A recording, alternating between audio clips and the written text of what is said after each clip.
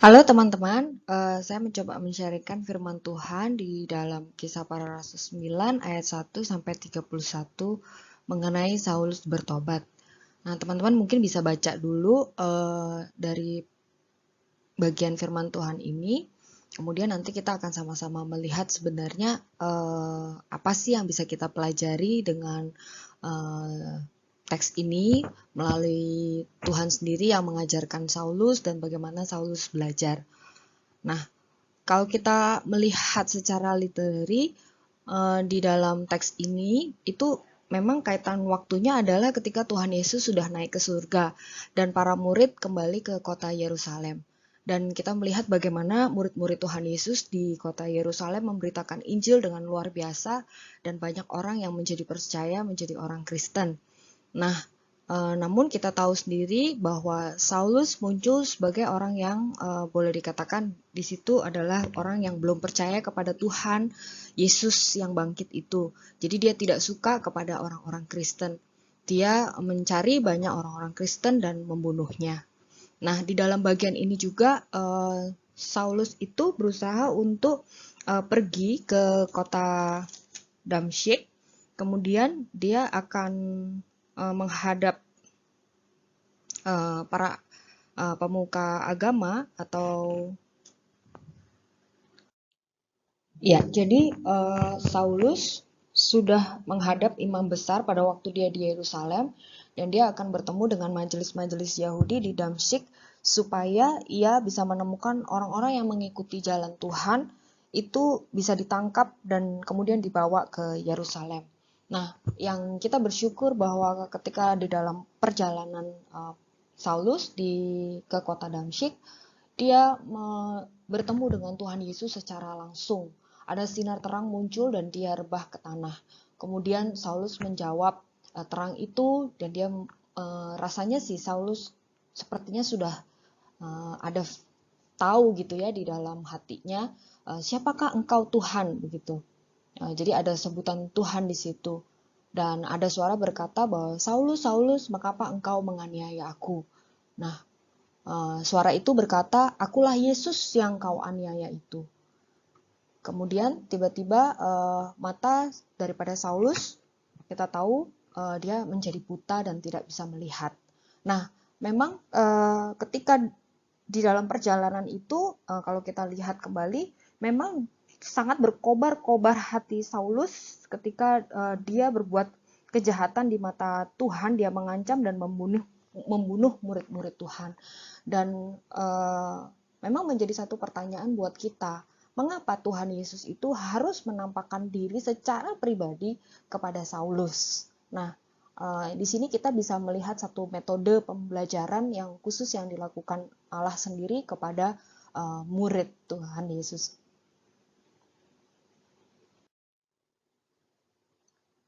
Nah, kalau boleh saya tarik di sini, metode yang dilakukan Allah sendiri sebagai satu pembelajaran kepada Saulus adalah pertemuan secara pribadi dan mujizat. Kita melihat memang ada begitu banyak peristiwa-peristiwa yang dimana Saulus membunuh banyak orang percaya.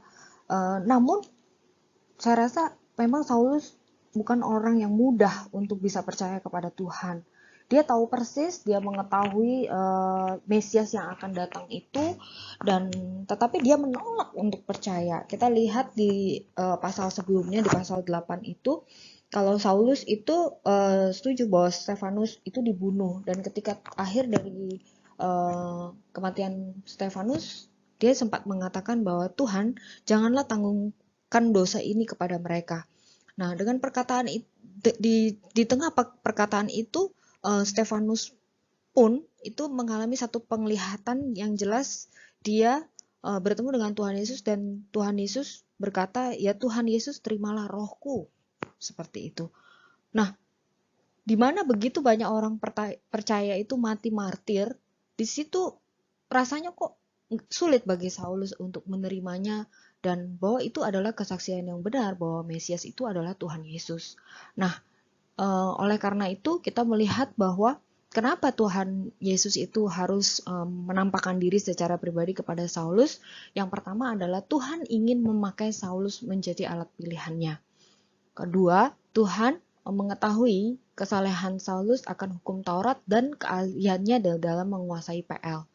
Dan Tuhan memakai mujizat untuk membukakan pikiran Saulus sehingga ia mengalami transformatif. Nah, jadi memang Allah dengan sengaja membuat mata Saulus itu buta. Sehingga dia harus mengalami satu masa selama 3 hari, dia nggak makan dan minum. Tentunya hati yang tadinya berkobar-kobar mengancam orang Kristen justru berubah menjadi sebuah kelemahan yang luar biasa dan dia tidak berdaya, bahkan dia tidak melakukan apapun selama 3 hari itu. Dan Tuhan menyuruh Ananias untuk menyembuhkan mata Saulus yang buta. Dan ketika Ananias diminta oleh Tuhan untuk memberitakan apa yang menjadi tujuan Tuhan, kenapa Tuhan menampakkan diri, membuat Saulus itu terbuka pikirannya sehingga dia mengalami transformatif. Yang tadinya dia tidak mau memahami, yang tadinya dia tidak mau percaya, dia menjadi percaya dan dia berubah sedemikian rupa. Perubahan itu luar biasa.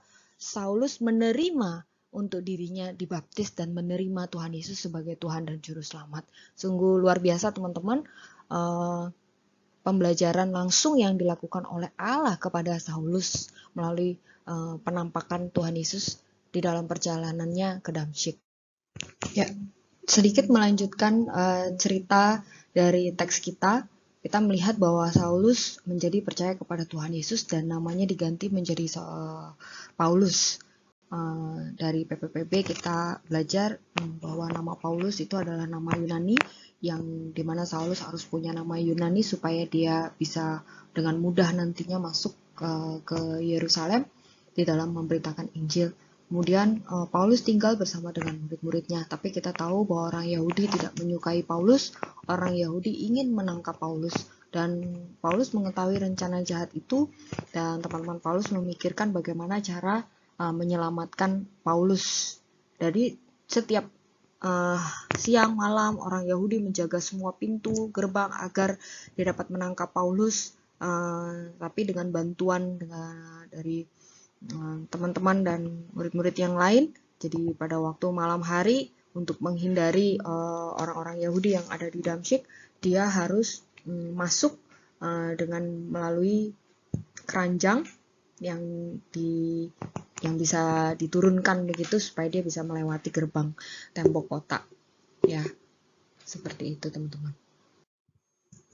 Ya, kembali lagi teman-teman, bahwa murid-murid di Yerusalem ketika bertemu dengan Paulus, mereka sangat meragukan Paulus karena Paulus yang tadinya begitu bengas dan sangat mengerikan, dia mengejar-ngejar banyak orang Kristen dan membunuhnya, tetapi ditransformasi oleh Tuhan, dia menjadi seorang murid yang akhirnya justru memberitakan Injil itu. Nah, Paulus di sini memang kita melihat bagaimana dia dengan cara belajarnya itu saya combine antara kognitif, konstruktif dan juga humanistik. Jadi kalau kita melihat di situ hanya Barnabas yang percaya karena dia memang saksi langsung yang juga mengetahui betul benar-benar Paulus itu bertemu dengan Tuhan Yesus di dalam penglihatan dan juga mengalami mujizat. Nah, Tuhan itu menyentuh emosi dan kelemahan Paulus. Memang itu agak combine ya secara humanistik. Tetapi sebetulnya ketika mujizat itu terjadi,